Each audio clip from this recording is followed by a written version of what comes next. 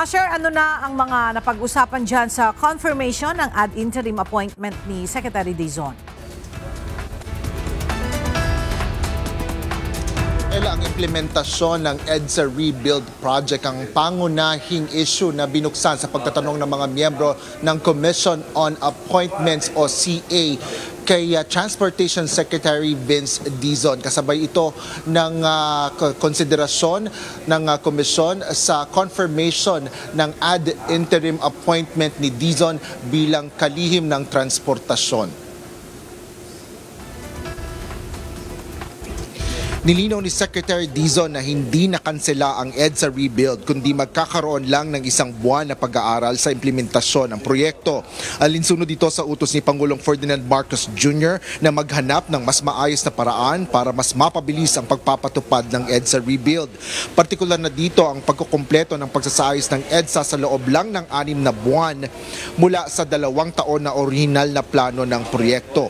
Kaugnay naman ng Makati Subway, plano ni Secretary Dizon na kausapin si incoming Makati City Mayor Senator Nancy Binay para hanapan ng paraan na matuloy ang proyekto kung hindi man gaya ng orihinal na plano. Para sa North-South Commuter Railway, sinabi naman ng kalihim na nasa advanced stage na ang patuloy na konstruksyon nito at tinatayang matatapos at operational na ang bahagi nito mula Valenzuela hanggang Malolos sa loob ng 2027. Habang ang buong linya nito sa norte mula sa Valenzuela hanggang Clark ay inaasahang matatapos at partially operational na sa simula ng 2028. Ngunit sinabi nito na hamon sa kanila ang right-of-way sa bahagi papasok ng Metro Manila hanggang dulo nito sa Calamba City.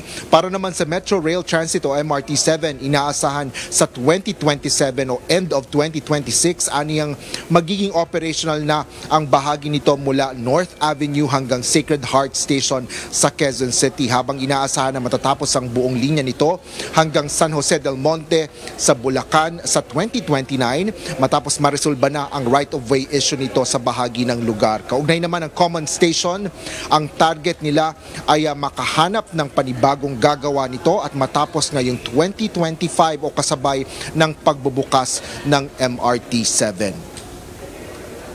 Ella, kaugnay naman sa appointment ni Secretary Dizon, ayon na sa kanya ay nang kausapin siya ni PBBM tungkol na sumali sa kanyang gabinete noong Pebrero, ay simple lang anya ang bili ng Pangulo na gawing mas komportable at mas ligtas ang biyahe ng mga commuter at pabilisin ang mga kasalukuyang proyekto na magpapaangat sa buhay ng mga biyahero sa bawat araw. Yan ang latest dito sa Senado. Balik sa'yo, Ella. Maraming salamat, Asher Cadapan Jr.